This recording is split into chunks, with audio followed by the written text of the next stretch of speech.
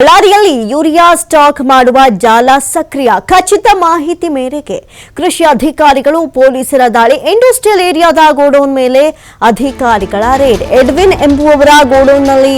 urea ಸಂಗ್ರಹ godown ಮಾಲೀಕನನ್ನ ಸದ್ಯಕ್ಕೆ ಪೊಲೀಸರು ವಶಕ್ಕೆ ಪಡೆದು ವಿಚಾರಣೆಯನ್ನ ನಡೆಸ್ತಾ ಇದ್ದಾರೆ ರೈತರಿಗೆ ಸೇರಬೇಕಾದಂತಹ ಯೂರಿಯಾ ಕಾಳಸಂತೆಯಲ್ಲಿ ಮಾರಾಟವಾಗ್ತಾ ಇದೆ ಎನ್ನುವಂತಹ ಶಂಕೆ ವ್ಯಕ್ತವಾಗಿತ್ತು ತುಂಗಭದ್ರಾ ಡ್ಯಾಮ್ ಗೇಟ್ ರಿಪೇರಿ ಹಿನ್ನೆಲೆ ಎರಡನೇ ಬೆಳೆಗೆ ನೀರಿಲ್ಲ ಹೀಗಾಗಿ ಸದ್ಯಕ್ಕೆ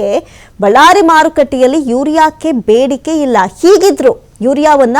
ಇಷ್ಟು ದೊಡ್ಡ ಮಟ್ಟಿಗೆ ಸ್ಟಾಕ್ ಮಾಡಿದ್ಯಾಕೆ ಅಂತ ಪೊಲೀಸರು ವಿಚಾರಣೆಯನ್ನ ನಡೆಸ್ತಾ ಇದ್ದಾರೆ ಜೂನ್ ತಿಂಗಳ ಮುಂಗಾರು ವೇಳೆ ಯೂರಿಯಾಗೆ ಬಹಳಷ್ಟು ಬೇಡಿಕೆ ಬರುತ್ತೆ ಯಾಕಂತ ಹೇಳಿದ್ರೆ ಮುಂಗಾರು ಸಂದರ್ಭ ಹೀಗಾಗಿ ಈಗಿನಿಂದಲೇ ಯೂರಿಯಾ ಸ್ಟಾಕ್ ಮಾಡಿರುವಂತಹ ಶಂಕೆ ವ್ಯಕ್ತವಾಗ್ತಾ ಇದೆ ಹೀಗಾಗಿ ಬಳ್ಳಾರಿ ಎಪಿಎಂಸಿ ಠಾಣೆಯಲ್ಲಿ ಈ ಕುರಿತು ಪ್ರಕರಣ ಕೂಡ ದಾಖಲಾಗಿದೆ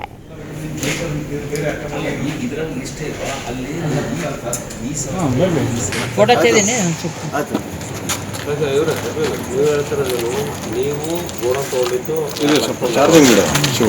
ಅದಕ್ಕೆ ಡಾಕ್ಯುಮೆಂಟ್ ಐತಲ್ಲ ಅಗ್ರಿಮೆಂಟ್ ಐತಲ್ಲ ನಿಮಗೆ ಇಟ್ಕೊಳ್ಳೋಕ್ಕೆ ಶಾಕಿರ್ ಅನ್ನೋರು ಯಾರು ಸರ್ ಈಗ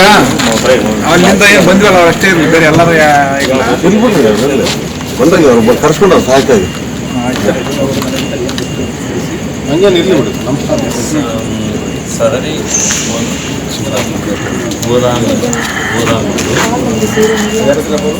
ತನ್ನ ಸ್ನೇಹಿತನಾದ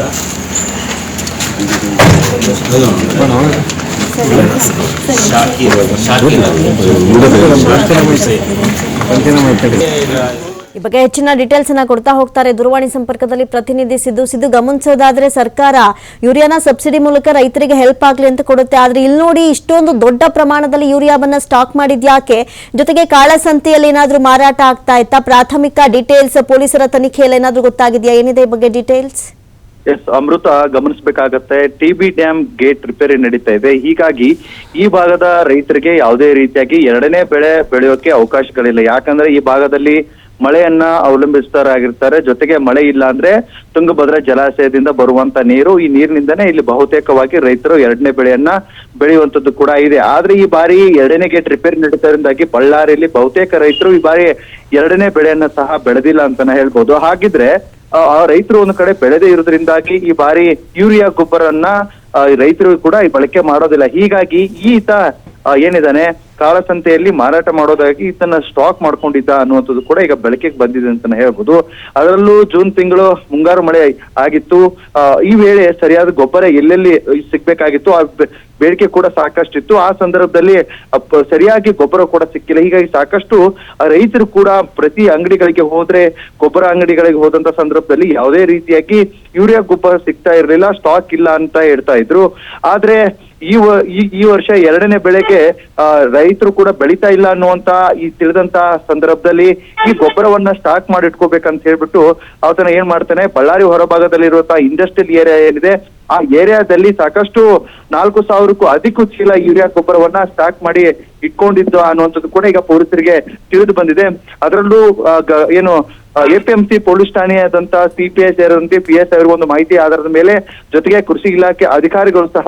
ದಾಳಿಯನ್ನ ಮಾಡ್ತಾರೆ ದಾಳಿ ಮಾಡಿದಂತ ಸಂದರ್ಭದಲ್ಲಿ ಆ ಗೋಡನ್ ನಲ್ಲಿ ಸಾಕಷ್ಟು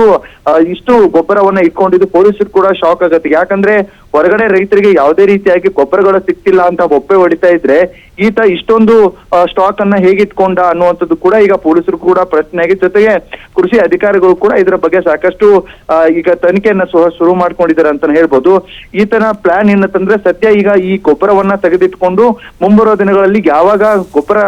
ಸ್ಟಾಕ್ ಇರೋದಿಲ್ವೋ ರೈತರು ಪರದಾಡ್ತಾ ಇರ್ತಾರೋ ಆ ಸಮಯದಲ್ಲಿ ಅತಿ ಹೆಚ್ಚಾಗಿ ದುಡ್ಡಿಗೆ ಮಾರ್ಬೇಕು ಅನ್ನುವಂತ ಹುನ್ನಾರವನ್ನ ಇಟ್ಕೊಂಡಿರುವಂತ ಏನು ಮಾಲೀಕ ಇದ್ದಾನೆ ಎಡ್ವಾನ್ ಎಂಬ ಮಾಲೀಕ ಈ ರೀತಿಯಾದಂತ ಗೋಡನ್ ನಲ್ಲಿ ಅತಿ ಹೆಚ್ಚಾಗಿ ಸ್ಟಾಕ್ ಮಾಡ್ಕೊಂಡಿದ್ದ ಅನ್ನುವಂತ ಮಾಹಿತಿ ಕೂಡ ಲಭ್ಯವಾಗ್ತದೆ ಈಗ ಈತನನ್ನ ವಶಕ್ಕೆ ಪಡಿಸ್ಕೊಂಡಿದ್ದಾರೆ ಸಾಕಷ್ಟು ಆತನ ವಿಚಾರಣೆ ಕೂಡ ನಡೀತಾ ಇದೆ ಇವನ್ ಒಬ್ಬನೇ ಇದರಲ್ಲಿ ಭಾಗಿಯಾಗಿದ್ದಾನ ಜೊತೆಗೆ ಇವನ್ ಹಿಂದೆ ಇನ್ನು ಯಾರಾದ್ರೂ ಕೈವಾಡ ಇದೆಯಾ ಅನ್ನುವಂಥದ್ದು ಕೂಡ ಪೊಲೀಸ್ ತನಿಖೆಯಲ್ಲಿ ಗೊತ್ತಾಗ್ಬೇಕಾಗತ್ತೆ ಅಮೃತ ಥ್ಯಾಂಕ್ ಯು ಸಿದ್ದು ತಮ್ಮೆಲ್ಲ ಮಾಹಿತಿಗಾಗಿ ಫೋಟೋ